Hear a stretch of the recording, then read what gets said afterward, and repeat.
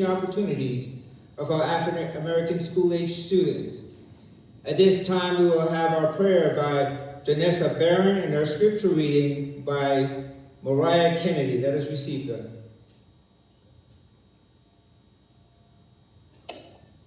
Dear Lord, Heavenly Father, we thank you for this day. Thank you for this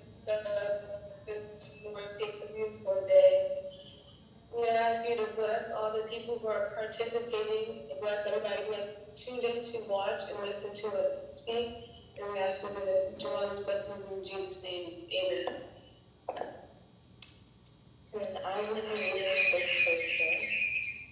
And I will be coming from Psalms 91, verse 8.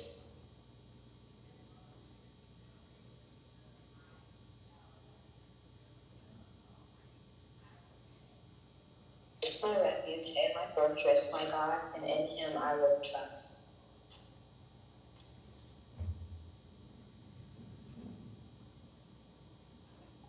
Amen. At this time, we're just going to go right into the panel discussion, but I'm going to give you a program overview of what we're doing here.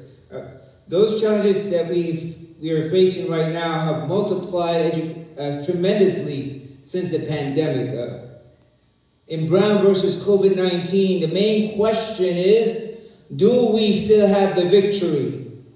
This youth panel is set and ready to field your questions, your thoughts, your answers on systemic challenges for minority students in a virtual education environment. So let's just do a quick overview of the case of Brown versus the Board of Education of Topeka.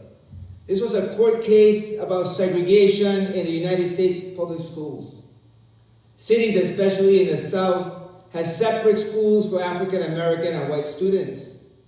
In 1954, the Supreme Court decided that the public schools should not be segregated.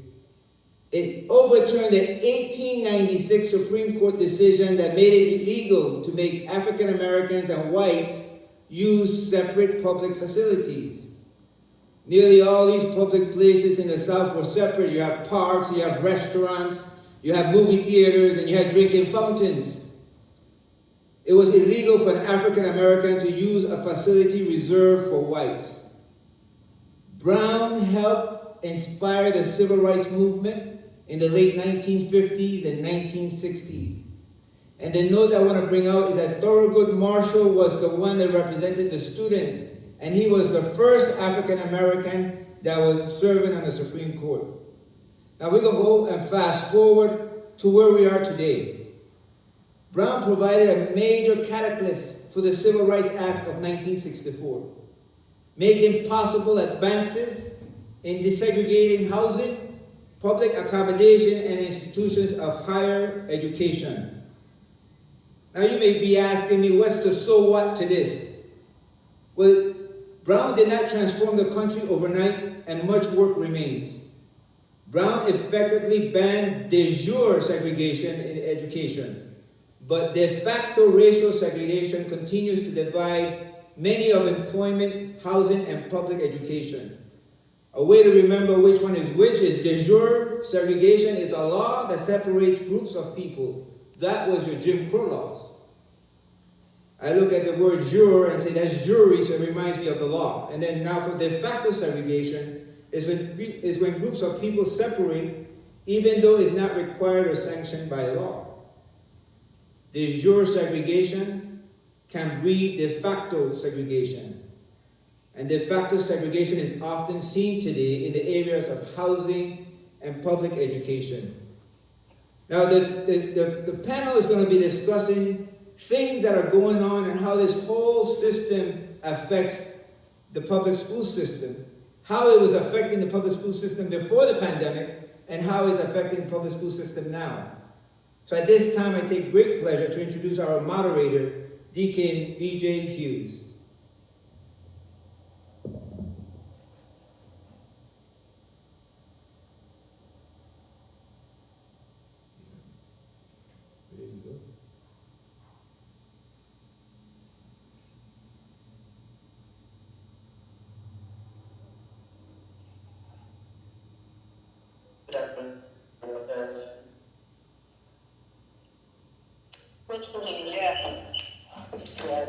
Good afternoon. So we just welcome you all to our Youth Black History program, Brown versus COVID-19. As our team stated, we watch and there's different things going on, how the school system and how the kids are being affected by the coronavirus, having to learn at home. And it's very challenging, a lot of difficulties. So tonight we're going to talk about it and the challenges they face. So tonight I'm going to introduce our panel. So our first person is Michaela Kennedy. She's going to join the panel.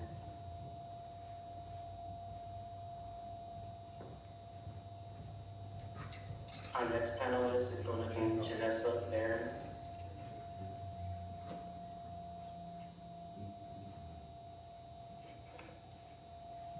We also have Mariah Kennedy.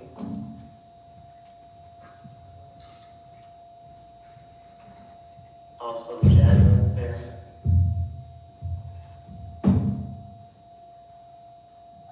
And then we also have Otavio Ortiz. Ortiz is going to join the panel tonight too. All right, as they come up, first I'm going to get them to explain the different challenges that they face running virtual at first, and then we'll get into some different questions we're going to ask the audience as well as our new. So we're going to need everybody to participate tonight. That sound good? Awesome. All right, so first I'm going to ask, we'll start with Michaela. Different things that she's challenged to have to deal with learning virtually. So go ahead, Michaela. I think one thing that's something that definitely impacted me was that online school feels very optional for me. He's limited.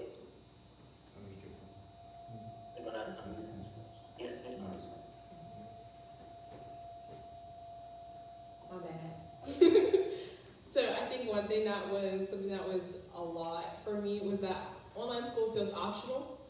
It's like you have class and everything, but there's nobody really making you go to class. I mean, yeah, my parents are at work and all the stuff and everything. I have to have all my siblings are in a different space, so I have to wake up by myself and get up there by myself.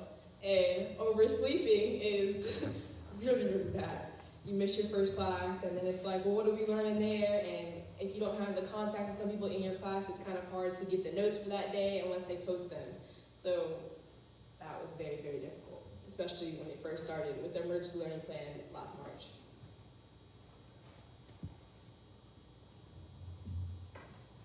All right, Mariah, would you like to, or Janessa, either one of you, Janessa, go ahead. And how have you been doing? And what about your grades as well? For me, doing virtual was hard. It started off easy in the beginning, but like halfway through the first semester, kind of started slacking off a bit. I got tired of doing all the work, kind of like lost my motivation to continue to do well in school. But I was able to get my grades back up. And it was hard because there's so many people in our house. So like the internet was going in and out, trying to stay connected in class. And then when they had students going back, like alternating days by last name, it made it even more difficult because teachers weren't giving the same amount of attention to students who are virtual as for students who were in class. So that would probably be like the hardest thing that I went through as of right now while working with COVID and school online. Awesome, thank you. Mariah, what about you? What about trying to stay motivated and like give yourself a workspace to stay motivated?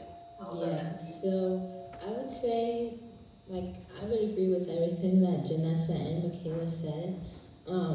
Motivation definitely is a big one because I like school, you know, I like learning and all this other stuff, but being at home with all of my siblings, and you know how many siblings I have, it's a little difficult because, you know, my younger sister is running around being crazy, it's loud, no one cares if I'm like in a meeting or something. So yeah, I would definitely say the noise is a big one because at school I had like the silence and the peace to work because it was school, but now I'm at home and it's very different. Okay. Octavio, how's it been trying to communicate with friends, like being in virtual or classmates? Is it any different for you? I mean, yeah, it's very different to communicate with people because you have you have to stay like in the 6 feet distance and you have to wear like masks to protect yourself and it's kind of hard to communicate with people, you know? Okay. And also Jasmine. Jasmine, what's it like for you trying to have a social life in this virtual environment? Where is the sound coming? At first it was very hard and difficult, especially with internet connection, because there's more devices in the house, and having 6 children, making sure that your younger siblings are in class. And it was very difficult. At first, my grades, they were slipping, but now I'm more motivated to work harder, and so my grades have been improving, so yeah. Awesome. All right, that's good. All right, now we're going to go to the audience. All right. Would anybody like to care to explain what it was like going to school during segregation for our senior saints? Oh, yeah, you got it right. Who can hear me? Yes, ma'am. Okay, this is Jackie Williams, the Sunday school superintendent. And yes, going to school during segregation, of course, during that time, that was all that we knew. So it's not like I'm saying it was this and like that. But I felt that we accomplished a lot because our teachers had more power than teachers have now. You know, dealing with parents and what have you, if a parent come out, we have to appease the parents, you know, according to the rules and regulations. But during that time, teachers had more power, and they weren't afraid to say, okay, if you didn't do this, you're out. If you didn't dress a certain way, you were out. So I feel like in some ways we had it better because the focus was more on educating us and not all this other fluff. Awesome. Great. Anybody else want to share? During segregation time, I was really at the tail end of it. And I just remember I lived in a black neighborhood and I lived up north. So we were all going to black schools, we had black teachers, and then when it came time, we didn't have 6th grade, it was 7th grade and 8th grade. When it came time to go to 7th grade, they split us. And most of the black people went to the white school. And I had a hard time coping at that time because when you're used to being with your own kind and the teachers, you had mostly black teachers, they kind of knew how to deal with you. They would, you know, nowadays it's hard to deal with the children because they have so many rules. You can't do this, you can't do that. But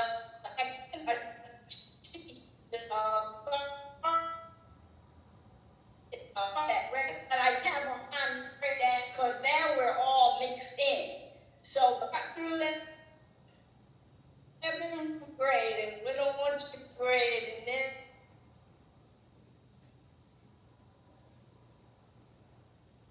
It's saying our internet connection is insane. but it was rough at first. I understand the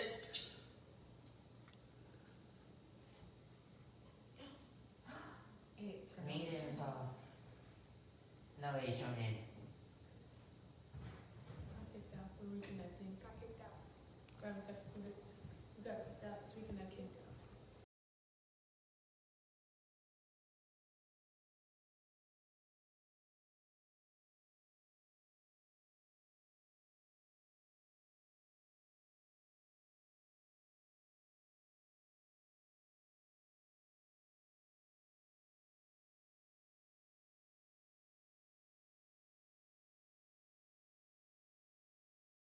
Main systematic challenges that hinder and become a barrier for minorities.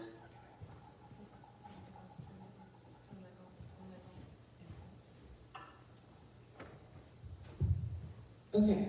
The 3 systematic challenges, or the main systematic challenges that hinder or become barriers for us, or as minorities.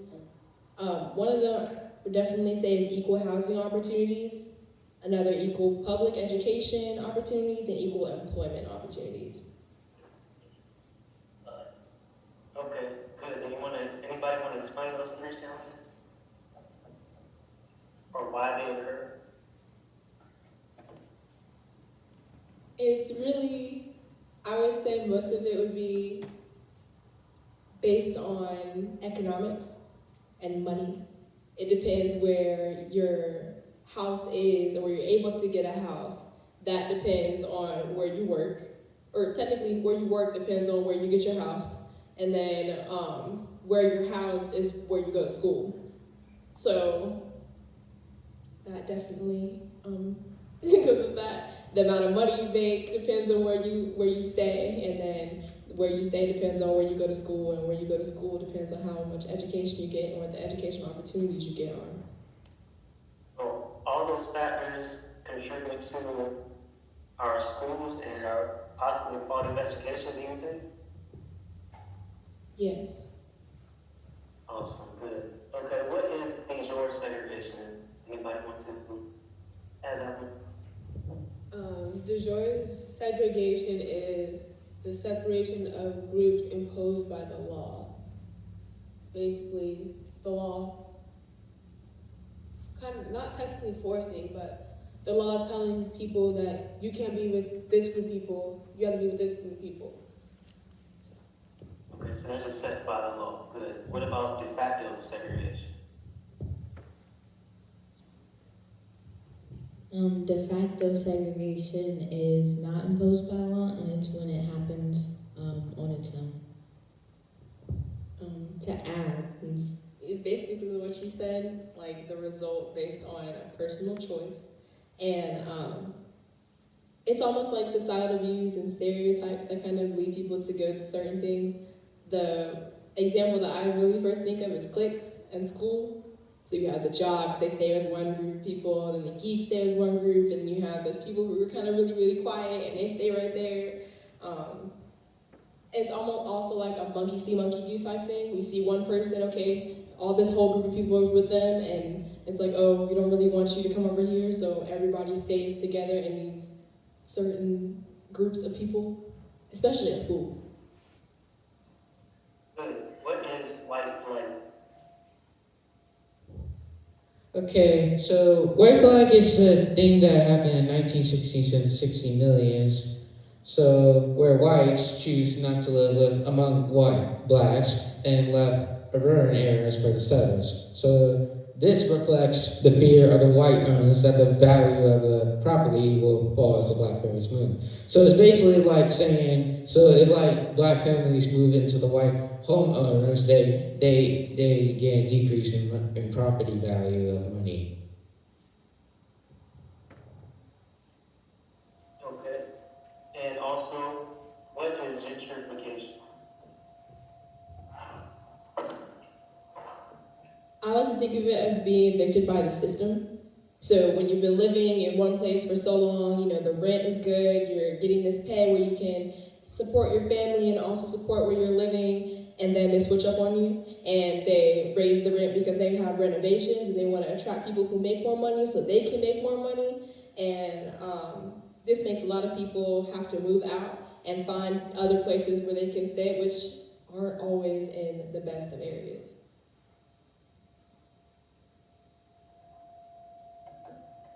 Okay, good.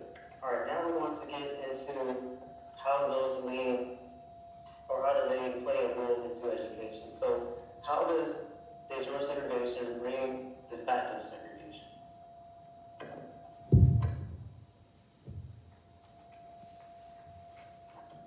Even though the government can prohibit by law most forms of segregation, it can change people's hearts and minds. If racial groups don't want to live together, they are free to choose not to or do so. Okay. Everyone is gonna do what they want to do, whether there's a law or not. Kind of. So like we have laws that are against segregation, discrimination, and hate speech and everything. We have laws against robbing banks and doing things that aren't morally or ethically right.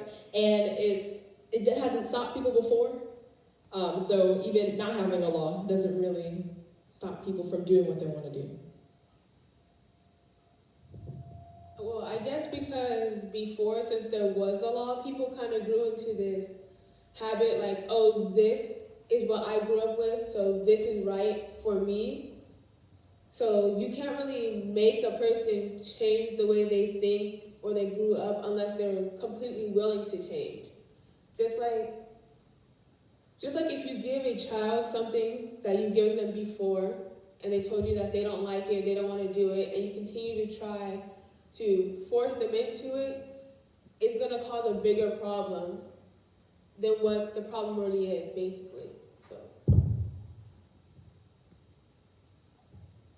Okay, so how does de facto segregation divide the public school system in America?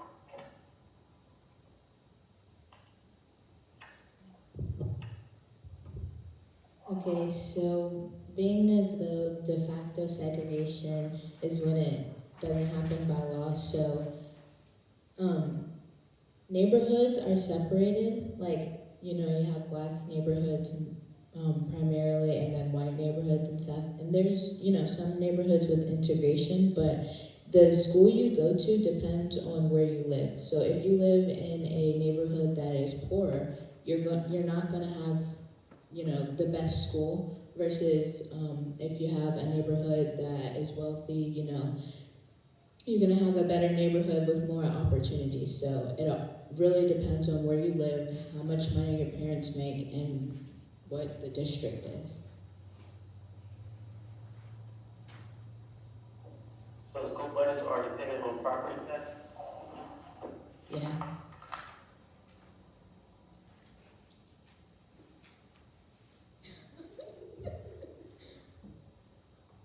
Okay. All right, so what is the overall result with de facto segregation in public schools?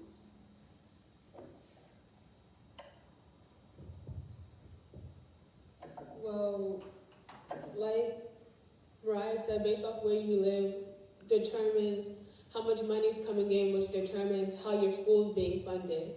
So basically, how your school is funded is going to determine the education, how your education is going, especially like now with COVID going on, where many students are virtual or were virtual, and they needed, some students don't have Wi-Fi or electronics that they need to do school at home, or they don't have the best material, as I should say, to effectively learn what they need to learn. And also to that point, lower income, places with a lower property tax result in, like she said, areas that have less, like they're not as equipped to handle higher levels of education. And to that point, that means more experienced teachers will probably go to places where they are better funded and which are usually end up in more affluent white neighborhoods. Okay, and by the way, this is the questions that I'm asking right now. We're at question 10. So with the education, you talked about different materials. What materials are very important right now for all students? Wi-Fi. All students as right now need Wi-Fi. Some need Chromebooks, laptops, tablets. Some students may need phones to get in contact with teachers just in case the Wi-Fi doesn't work. So it doesn't only have to be physical things, Students also need face-to-face time with their teachers. Like my little sister, she just started kindergarten. And she's learning, but I think it would be better if she had face-to-face with her teacher, social interactions, with other kids, because that's also very important for students too. Tutoring. Some people need help. I took AP Physics this year.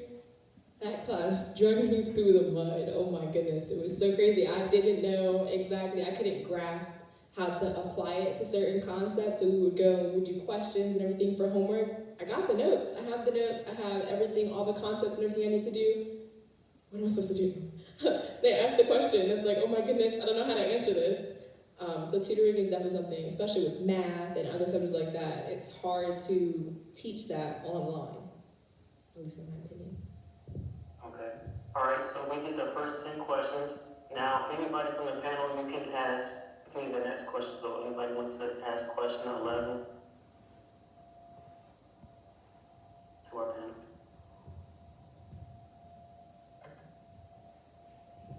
You said, does anyone want to ask the question? Yes, you can ask one of these questions to the panel. Okay.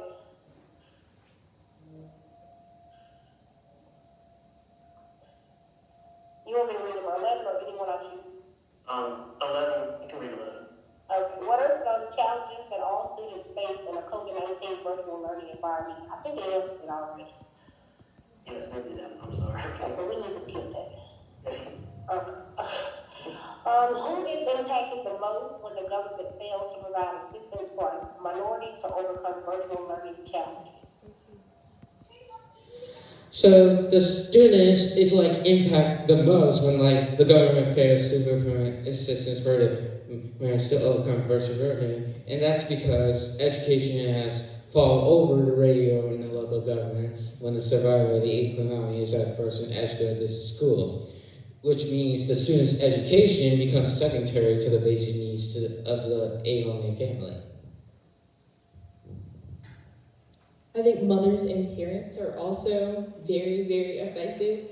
You're someone who does not have the education to teach the kids. You didn't go through school to learn how to talk and help the kids cope with not being able to do what they're doing. So imagine being a single mother or a single father, or having one parent, right, co-parenting, but you have one parent that's always at work and one parent that stays home and works from home, kind of like the situation that we have at my house. You were doing well financially and everything, you're still continuing to do okay financially, but how can you handle trying to learn Zoom yourself and also trying to get your kids on to Zoom on time?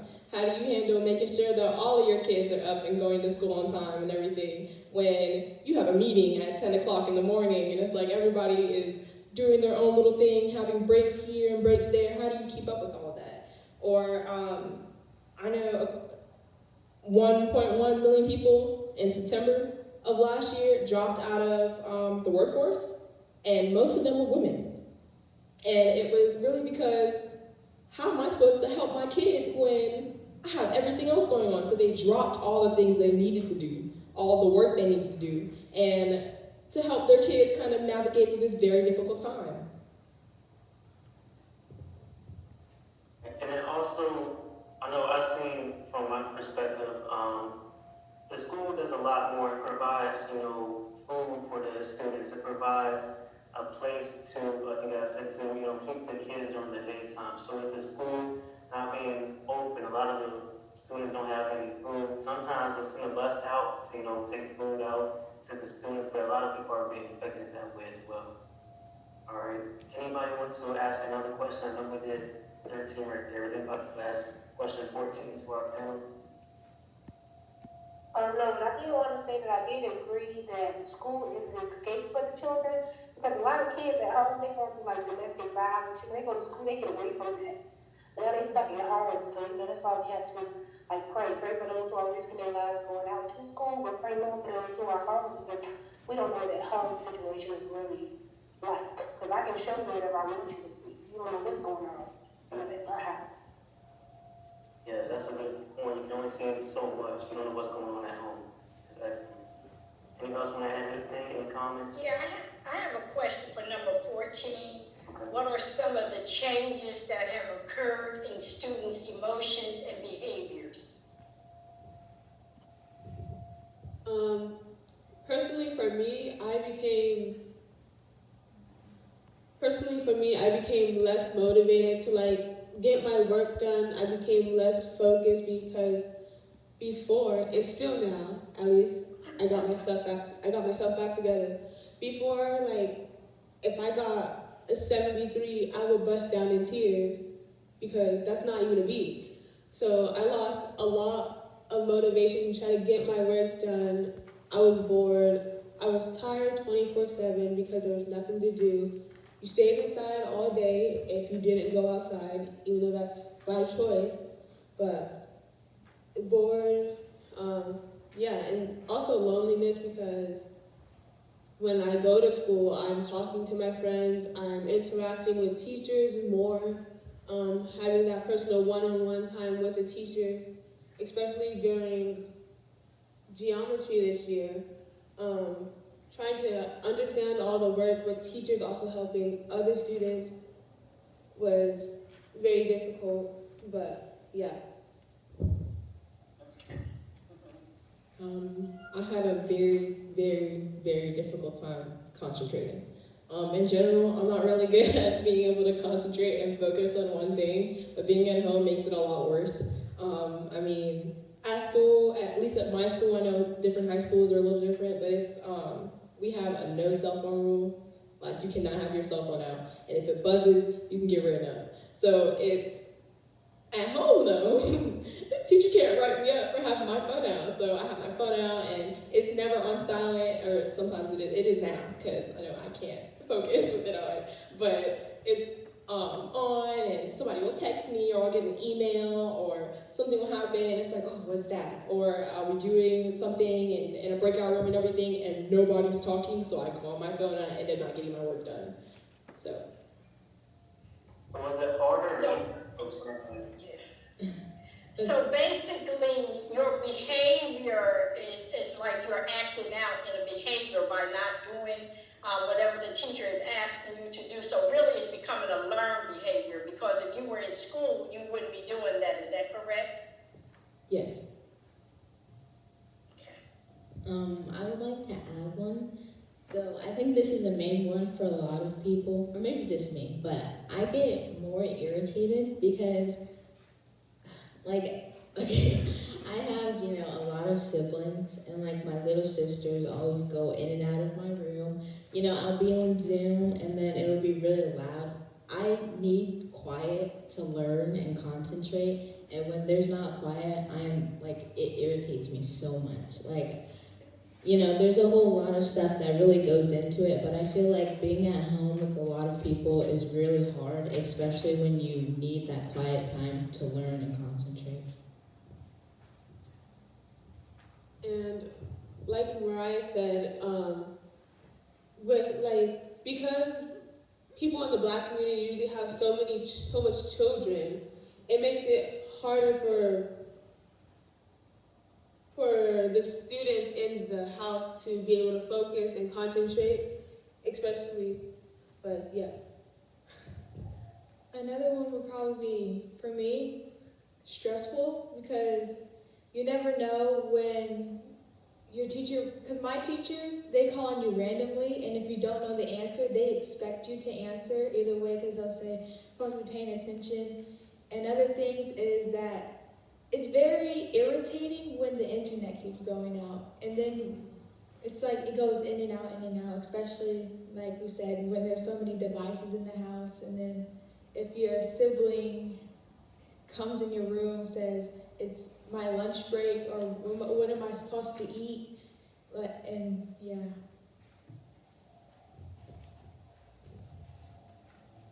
Well, thank you, ladies and gentlemen. All right, we have 2 more questions. Well, I also like to add one. Okay. So for me, one of my difficulties is boredom. I constantly get bored of learning in school. I mean like the teachers expect you to participate, but you really want to do something else, but you can't because you have to get participating points for your class. So I often find like none ways to entertain myself while I'm in the school, in the learning environment. Awesome, well said. All right, let's go to question 15. Anybody want to read question 15 to our panel? I'll read it. What are some of the fears and anxieties that affect students in the COVID-19 environment? And I'd like to add, too, how do you feel about being or going back into the classroom knowing that COVID-19 is still around? Do you have any anxieties about it, any fears, anything that's troubling you about going or being back in the classroom? For me, when going back to school, you feel excited because you know you're going to get the more help that you need than you do virtually. But then at the same time, you have fear because there's some students in that school that don't care and that will just act out. But other than that, it's pretty good. Some fears and anxieties that students may have. For me, as a high schooler, as of right now, I'm waking up at 6:20 to make sure I am somewhat mentally prepared and awake to log into class by 7:20. And on a regular scheduled day, I need to be up by like 5:45, make sure I'm at the bus by like 6:30 to make sure I'm everything on schedule on time. So I think one thing that many students are going to be worried about is getting back into the routine of waking up on time, doing your work, because as of right now, teachers are more lenient to you, how you're doing your work. They're giving you extra time. At least some teachers are. And yeah. One thing I'll say as far as parents go for this type of thing, with the fears and anxieties of kids and COVID in general, would definitely be trying to make sure that their kids are okay and are still in that mindset for school, so they're able to pick up the information and learn it effectively. So when it comes time for tests like the SOL and everything like that, they're ready and they're prepared to pass because they know the material. It's just that now, especially when you're not in a school environment, testing is a lot more scary. And also,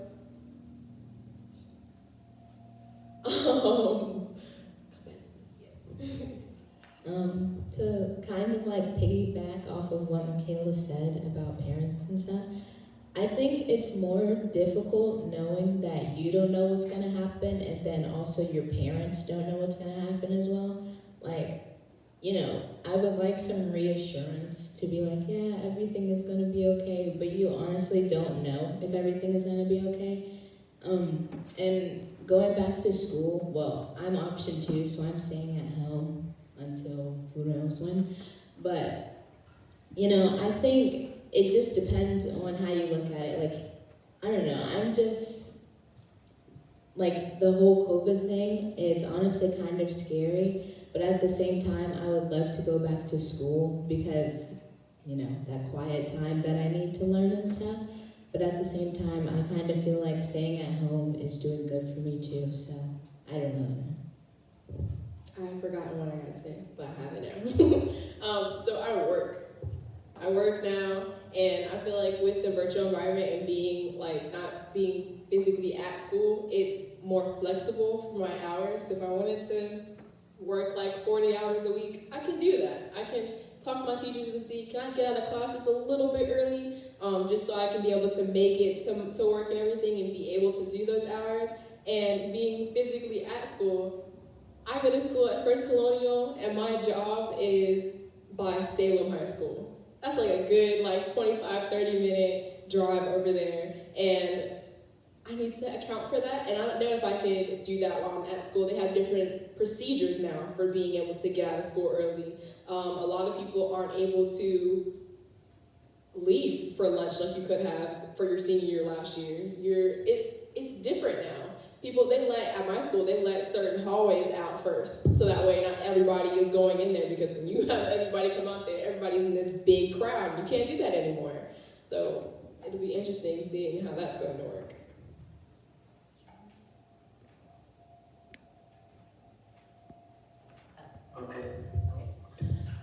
Okay. For me, it's kind of like social distancing. I mean, what I'm trying to say is that people will be like 6 feet away from each other. You can't like, so like, say like one chair is all the way over there and the other one's there, and then if you choose, and then, so, I forgot Like Talia said, social distancing, I feel like it's going to be a big problem because it's not really in human nature to distance yourself unless you really want to. You're not going to distance yourself from your friends or from your family that you don't see. You want to get closer to them because you don't see them every day like you see the people in your house. Because I know I have a friend who's like, I'm tired of being home. I want to go to school. I don't care about this, that, and the other. And that's another thing that also worries parents and students or people in general. The people who don't like to social distance, the people who don't like wearing their mask, the people who just like, well, you're wearing a mask, so I don't have to wear a mask. No, I'm wearing a mask to protect me and you. So that's another fear that many people have. And I feel like as a child of a parent, an anxiety that some of them have, because nowadays many people suffer from depression and anxiety, and going to school is like their way of getting away from any personal problems, kind of. And now you're home with your parents 24/7, and some parents don't really know how to deal with that, or before it wasn't really talked about as much as it is now. So I think that's another fear that students and children have to worry about is talking to their parents, trying to let them understand what's going on in their lives. So, yeah. Awesome. And with going back to school, I know from what I've seen, it's really different because after every class, they gotta wipe down every desk, and the next class gotta come in, so it takes off some time. Then at lunchtime, they just split the kids up to the cafeteria in the gym. You have to sanitize their hands, so it takes a lot of time. And then also the kids, of course, the kids are gonna try to punch up together, so we gotta tell them to spread out. So yeah, it's very different. So I see what you guys are saying. And also the classroom sizes. Normally have like 30 kids, I have 20 now because we can't social distance our classrooms so small. So it's very different. All right, we got our last question. 16, it says, where do we go from here? That's a great question. How can women or parents in general better adjust to be able to support their families financially while also making sure their kids are getting the proper amount of attention as it relates to their education?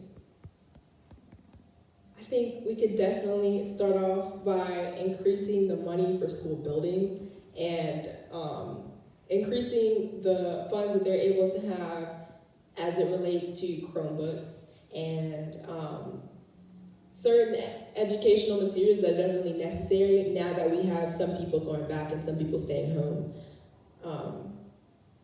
Yeah, we need to have better drinking water because we had the whole lead incident last year. The outdated plumbing that we have, my school is very, very, very old. So upgrading that would be good. You can't teach in cramped and crumbling classrooms. That's definitely not gonna motivate people to go back to school nor come, so.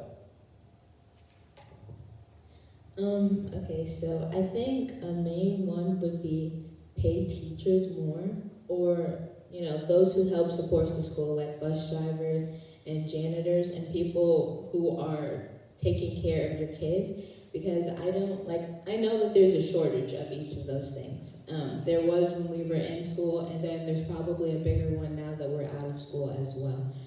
So yeah, I think that's a big one. So for me, I would like to see like more like electives, for instance, like more learning opportunities so you can see. So what I'm trying to say is you're not gonna like learn anything if you just have one elective. You have to have like many electives so you actually get like a choice you can choose from. Like say, for instance, let's say another group of students wants to learn about arts, and another group of students wants to learn about music. Or let's say another group of students wants to learn about computer mathematics, or economics, or culinary arts. So yeah, I think more electives really make it more interesting to learn.